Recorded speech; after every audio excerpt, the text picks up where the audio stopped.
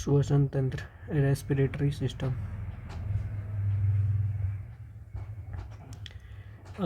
ये जो होता है नासा मार्ग ग्रसनी, लेरिंग्स, श्वरयंत्र, ट्रेकिया तथा ब्रोंकाई, ब्रोंक्यूल्स तथा फेफड़े आदि से होकर गुजरता है।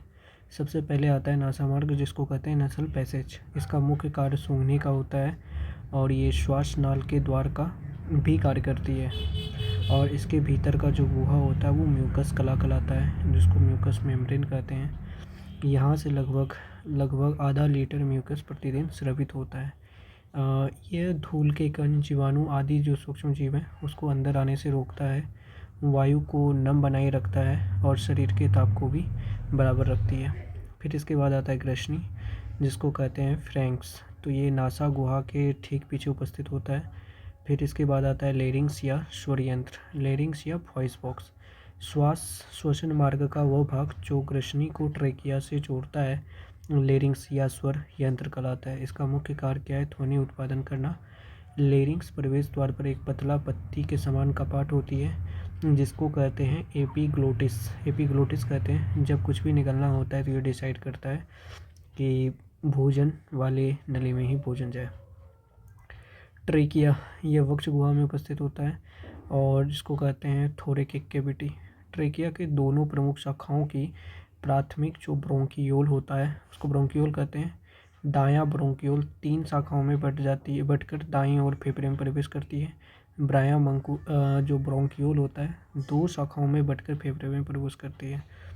फेफड़ा, लंग्स। वक्ष गुहा में सिर्फ एक जोड़ी फेफड़ा होता है। इसका रंग लाल होता है, ये स्पंज की तरह होता है और दायां फेफड़ा बाएं फेफड़े की तुलना में बड़ा होता है। प्रत्येक फेफड़ा एक झिल्ली द्वारा घिरा रहता है, जिसको प्लूरल मेम्ब्रेन कहते हैं। फेफड़े में रुधिर कोशिकाओं का जाल बिछा रहता है। यहाँ पर ऑक्सीजन रुधिर में चली जाती है और कार्बन डाइऑक्साइड बाहर आ जाती है। श्वसन की प्रक्रिया 4 भागों में बांटा जा सकता है: बाहरी श्वसन, गैसों का परिवहन, आंतरिक श्वसन और कोशिकीय श्वसन। तो बाहरी श्वसन में क्या होता है कि ये 2 पदों में विभक्त हो जाता है।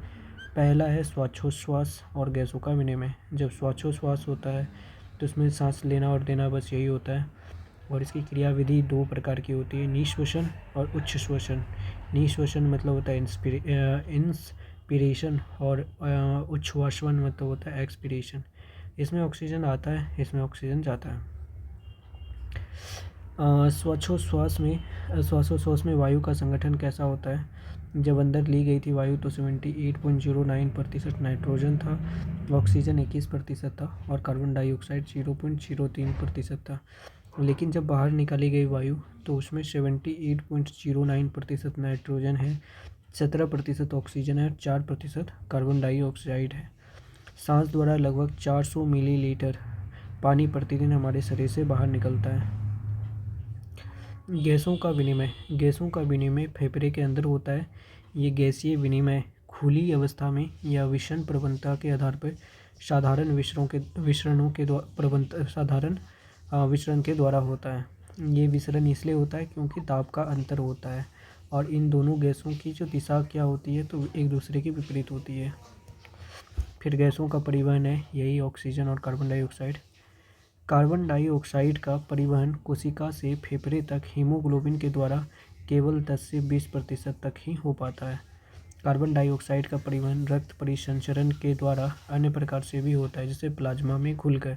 कार्बन डाइऑक्साइड क्या होता है कि प्लाज्मा में घुलकर कार्बोनिक अम्ल बना लेता है। इस रूप में 7% कार्बन डाइऑक्साइड का परिवहन हो जाता है। फिर इसके बाद बाइकार्बोनेट्स के रूप में भी ये परिवहन करता है, जैसे बाइकार्बोनेट्स के रूप में कार्बन डाइऑक्साइड का लगभग 70% भाग परिवहन करता है बाइकार्बोनेट्स के रूप में। वह रुधिर के पोटासियम और सोडियम के साथ मिलकर पोटेशियम बाइकार्बोनेट और सोडियम बाइकार्बोनेट का निर्माण कर लेती है और 70% भाग ट्रेवल करती है।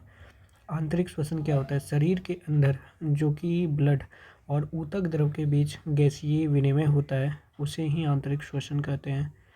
फेफड़ों में होने वाले गैसीय विनिमय को बाहरी श्वसन कहते हैं। जबकि रुधिर में जो होता है, इसमें जब रुधिर यानी कि रक्त ऑक्सी हीमोग्लोबिन कोशिका में पहुंचाता है तो ऑक्सीजन विमुक्त होता है, यानी कोशिका में पहुंचते ही ऑक्सीजन विमुक्त कर देता है। इससे ऊर्जा निकलती है और पदार्थों का ऑक्सीकरण हो जाता है। कोशिकीय श्वसन क्या है? तो खाद्य पदार्थों के पाचन के फलस्वरूप जो प्राप्त ग्लूकोज होता है का कोशिका में ऑक्सीजन द्वारा ऑक्सीकरण कर दिया जाता है। अनोक्सी श्वसन किसको कहते हैं, यानी कि ऑक्सीजन की अनुपस्थिति में जो श्वसन है उसी को कहते हैं। ऐसे होने पर लैक्टिक एसिड निकल जाता है। बैक्टीरिया और जो ईस्ट है उसकी कोशिका में लैक्टिक अम्ल नहीं इथाइल अल्कोहल निकलता है। इसे शर्करा किण्वन कहते हैं, इंग्लिश में कहते हैं शुगर फर्मेंटेशन। और इस पूरी प्रक्रिया को क्या कहते हैं, ग्लाइकोलिसिस। अनोक्सी श्वसन के अंत में क्या बनता है, पाइरुविक अम्ल बनता है। अनोक्सी श्वसन के अंत में पाइरुविक अम्ल बनता है। अनोक्सी श्वसन प्रायः जीवों में गहराई में स्थित ऊतक, जो गहराई पे स्थित ऊतक है वहाँ होता है। अंकुरित होते समय बीजों फलों में थोड़े समय के लिए होता है, परंतु ईस्ट और जीवाणु में प्रायः ये पाया ही जाता है। फिर आते हैं ऑक्सी श्वसन। ऑक्सीजन की उपस्थिति में हो रहा है। श्वसनीय पदार्थ का पूरा ऑक्सीकरण होता है, जिसके फलस्वरूप जो भी बनता है वो उसमें ऑक्सीजन होता है, जैसे कार्बन डाइऑक्साइड और H2O, तथा काफ़ी मात्रा में ऊर्जा विमुक्त होती है। जैसे कि ये वाला जो रिएक्शन होता है C6H12O6 + 6O2, जिसमें कार्बन डाइऑक्साइड और जल बनता है, तो इसमें ऊर्जा जो मुक्त होती है 2830 किलो जूल ऊर्जा मुक्त होती है। श्वसन कौन सी अभिक्रिया है, तो ये एक कैटाबोलिक प्रोसेस है, यानी कि अपचयी क्रिया है। इससे शरीर के भार में भी कमी होती है। और श्वसन का कंट्रोल कहाँ से होता है, तो मेडुला ओब्लांगेटा से होता है। कोश के श्वसन में होने वाली जटिल प्रक्रियाओं को 2 भागों में बांटा गया है। पहला है ग्लाइकोसिस प्रक्रिया और दूसरा है क्रेब्स चक्र। तो ग्लाइकोसिस में क्या होता है, इसका जो सर्वप्रथम अध्ययन किया था वो किया था एम्बडेन मेयरहोफ पार्सन, इसलिए इसको EMP पद भी कहा जाता है। इसको अनोक्सी श्वसन या शर्करा किण्वन भी कहा जाता है। इसमें ऑक्सीजन की अनुपस्थिति में ऊर्जा मुक्त होती है। ऑक्सीजन की अनुपस्थिति भी हो गया तो यह अवस्था ऑक्सी तथा अनोक्सी दोनों प्रकार के श्वसन में उपस्थित होती है। एक ग्लूकोज अणु का जो ग्लाइकोसिस में विघटन के फलस्वरूप पाइरुविक अम्ल के 2 अणु बन जाते हैं। इस प्रक्रिया को आरंभ करने में 2 अणु ATP खर्च होते हैं, किंतु प्रक्रिया के अंत में फिर से हमको 4 ATP प्राप्त हो जाते हैं, यानी कि जो ग्लाइकोसिस होता है उसमें 2 अणु ATP खर्च करके हमको 16,000 कैलोरी ऊर्जा प्राप्त होती है। ग्लाइकोसिस में ऑक्सीजन की आवश्यकता नहीं होती है, अतः यह प्रक्रिया अनोक्सी श्वसन एवं ऑक्सी श्वसन में एक समान होती है। इसमें हाइड्रोजन के 4 परमाणु बन जाते हैं, जो NAD को 2NADH2 बना देता है। और क्रेब्स चक्र क्या होता है, तो इसकी खोज हेम्स क्रेब ने 1937 ईस्वी में करा था, और इसको साइट्रिक अम्ल चक्र या ट्राई कार्बोक्सिलिक चक्र भी कहते हैं। यह माइटोकॉन्ड्रिया के अंदर ही होता है और विशेष एंजाइम की उपस्थिति में ही होता है। यह ADP का जो 2 अणु है उसको ATP के 2 अणु में बना देता है। इस चक्र में हाइड्रोजन के 2 परमाणु 5 बार में मुक्त होते हैं, 2 परमाणु 5 बार फ्री होते हैं, और 2 अणु जो पाइरुविक अम्ल के होते हैं, अतः कुल 6 अणु कार्बन डाइऑक्साइड के बनते हैं। हमारे तंत्र में अधिकतम ATP अणुओं का निर्माण जो होता है वो क्रेब्स चक्र में ही होता है। ऊर्जा का उत्पादन, प्रोडक्शन ऑफ एनर्जी, तो देख लेते हैं। तो ऊर्जा का उत्पादन कैसे होता है, तो पाइरुविक जो अम्ल होता है उसके अणु के ऑक्सीकरण से ATP का जो एक अणु होता है वो 5 अणु NADH बनाता है और 1 अणु FADH2 बन जाता है।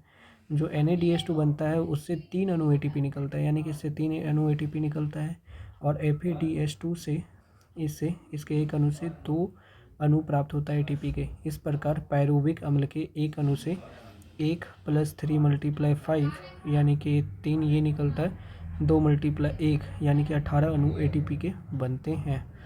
और ग्लूकोज के एक अणु से 2 पाइरुविक अम्ल बनता है, जिससे टोटल 36 ATP प्राप्त होते हैं। तो ग्लाइकोसिस के दौरान भी 2 ATP अणुओं का लाभ होता है, अतः ग्लूकोज के एक अणु के श्वसन से कुल 2 + 36 38 ATP अणु प्राप्त होता है। श्वसनीय पदार्थ, तो कार्बोहाइड्रेट, वसा और प्रोटीन प्रमुख श्वसनीय पदार्थ हैं। सबसे पहले कार्बोहाइड्रेट का श्वसन होता है, फिर वसा का, फिर प्रोटीन का। पोषक पदार्थ, उपयोगिता के आधार पे पोषक पदार्थ 4 प्रकार के होते हैं। पहला है ऊर्जा उत्पादक, जो कि ऊर्जा का उत्पादन करते हैं। दूसरा है कि जो उपापचयी नियंत्रक होते हैं, जैसे कि विटामिन, लवण और जल। और फिर है वृद्धि और निर्माण पदार्थ, जो शरीर की वृद्धि के लिए जिम्मेदार है, टूट फूट की मरम्मत भी करता है, तो वो प्रोटीन हो गया। और चौथा है आनुवांशिक पदार्थ। ये वैसे पदार्थ होते हैं जो आनुवांशिक गुणों को एक पीढ़ी से दूसरी पीढ़ी में ले जाती है, जैसे कि न्यूक्लिक अम्ल। और मनुष्य के शरीर में विभिन्न कार्यों के लिए निम्नलिखित पोषक पदार्थों की आवश्यकता होती है, जैसे कार्बोहाइड्रेट, प्रोटीन, वसा, विटामिन, जल, न्यूक्लिक अम्ल और लास्ट में खनिज लवण। कार्बोहाइड्रेट का जो अनुपात होता है 1:1 के अनुपात में कार्बन, हाइड्रोजन और ऑक्सीजन होता है, और इससे मिलकर जो बने पदार्थ होते हैं उसी को कार्बोहाइड्रेट कहते हैं। और हमारी ऊर्जा की आवश्यकता का लगभग 50 से 75% भाग कार्बोहाइड्रेट से पूरा हो जाता है। 1 ग्राम ग्लूकोज से हमको 4.2 किलो कैलोरी प्राप्त हो जाता है। कार्बोहाइड्रेट के 3 प्रकार होते हैं, मोनोसेकेराइड, डाइसेकेराइड, पॉलीसेकेराइड। मोनोसेकेराइड में ग्लूकोज, गैलेक्टोज, मैनोज, ट्राइओज आ जाते हैं। डाइसेकेराइड में माल्टोज, सुक्रोज और लैक्टोज आ जाते हैं। और पॉलीसेकेराइड में स्टार्च, ग्लाइकोजन तथा काइटिन आ जाते हैं। तो मोनोसेकेराइड जो होता है वो एक सरल अवस्था है, सबसे सरल अवस्था है। डाइसेकेराइड में समान तरह के 2 मोनोसेकेराइड होते हैं। पॉलीसेकेराइड में वो घुलनशील पॉलीसेकेराइड में काफ़ी सारे मोनोसेकेराइड्स मिलके बने होते हैं, और इसकी जो लंबी श्रृंखला बन जाती है ये वो घुलनशील होती है। और ऑर्थोपोडा का जो बाहरी कंकाल होता है ये इसी पॉलीसेकेराइड से मिलके बना होता है, जो घुलनशील होता है। कार्य क्या है इसका प्रमुख? तो ऊर्जा को पूरा करता है, भोजन संचय का कार्य करता है, विटामिन सी का निर्माण करता है, न्यूक्लिक अम्लों का निर्माण करता है, जंतु की जो बाहरी कंकाल है उसका भी निर्माण करता है। इसके स्रोत क्या हैं? गेहूँ, चावल, मक्का, बाजरा, आलू, शकरकंद और शलजम।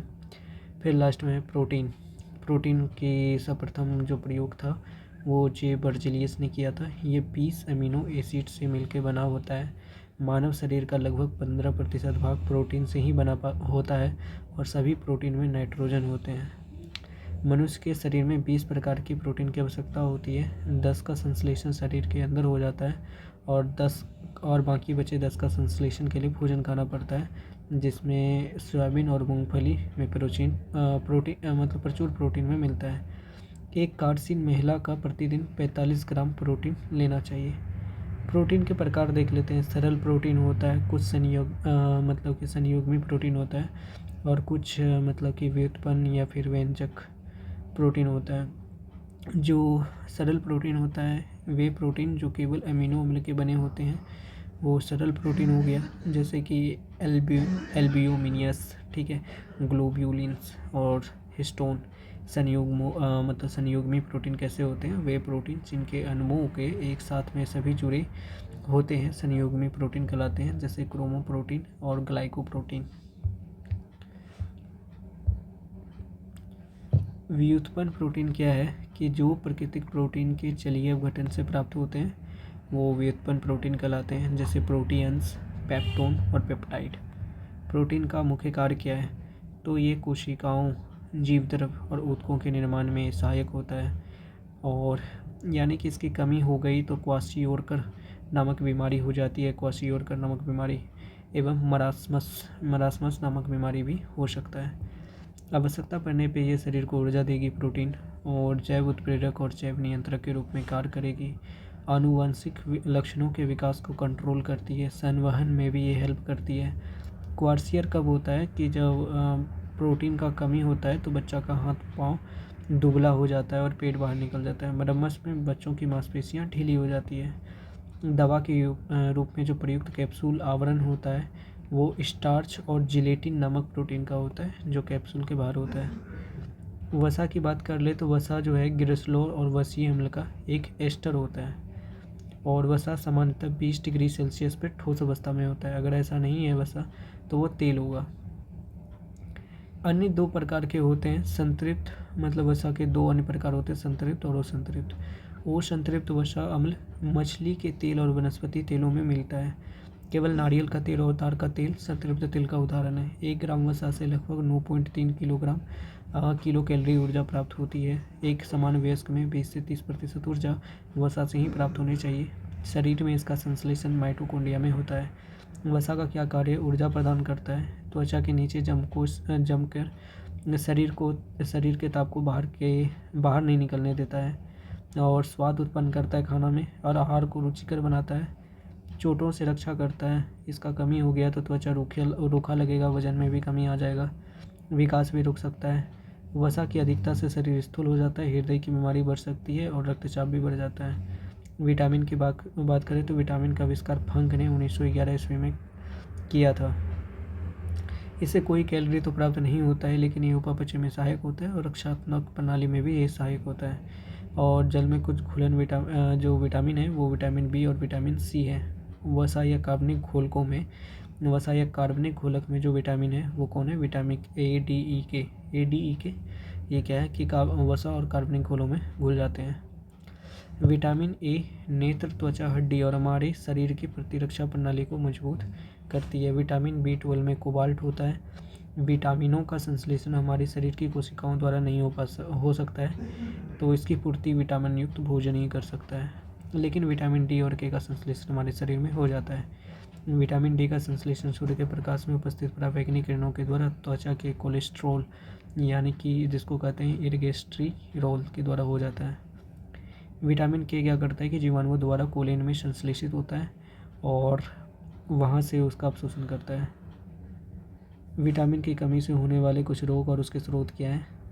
जैसे विटामिन ए हो गया, विटामिन B1, तो vitamin A retinol, vitamin B1 thiamine, vitamin B2 riboflavin, vitamin B3 nicotinamide या नियोसिन, विटामिन B5 पैंथोथेनिक अम्ल, vitamin B6 pyridoxine, vitamin B7 biotin, vitamin B11 folic अम्ल, vitamin B12 cyanocobalamin, vitamin C ascorbic acid, vitamin D calciferol, vitamin A tocopherol, vitamin K phylloquinone. तो vitamin A से क्या होता है कि कौन कौन से रोग हो सकते हैं? रतौंधी संक्रमण का खतरा भी बढ़ जाता है, और जीरो प्लेथेमिया भी रोग विटामिन ए की कमी से होता है। बेरी विटामिन B1 की कमी से होता है। त्वचा का फटना, आँखों का लाल होना या फिर जीवा का फटना, यह विटामिन B2 के कमी से होता है। प्लेगरा नामक कोई रोग हो गया, त्वचा दाद जिसको कहते हैं, या फिर 4D सिंड्रोम कहते हैं, विटामिन B3 की कमी से। बाल सफ़ेद हो रहा है, मंदबुद्धि हो रहा है, तो विटामिन B5 की वजह से। एनीमिया या त्वचा रोग B6 की वजह से। लकवा या शरीर में दर्द हो रहा है या बालों का गिरना, ये क्या है? विटामिन B7 की कमी से। एनीमिया या पेचिस रोग B11 की कमी। एनीमिया या पांडु रोग B12 की कमी। स्कर्वी या मसूरों का फूलना, विटामिन B का कमी हो रहा है। रिकेट्स बच्चों में जो होता है, विटामिन B की कमी। और ओस्टियोमलेशिया हो जाता है बड़ों में, विटामिन D की कमी से। और विटामिन E की कमी से जनन शक्ति कम हो जाएगा। विटामिन K की कमी से रक्त का थक्का नहीं बन पाता है। तो विटामिन जो है ये, जैसे कि बाल सफ़ेद होना है, मंदबुद्धि, तो मांस, दूध, मूंगफली, गन्ना और टमाटर खाया जा सकता है। और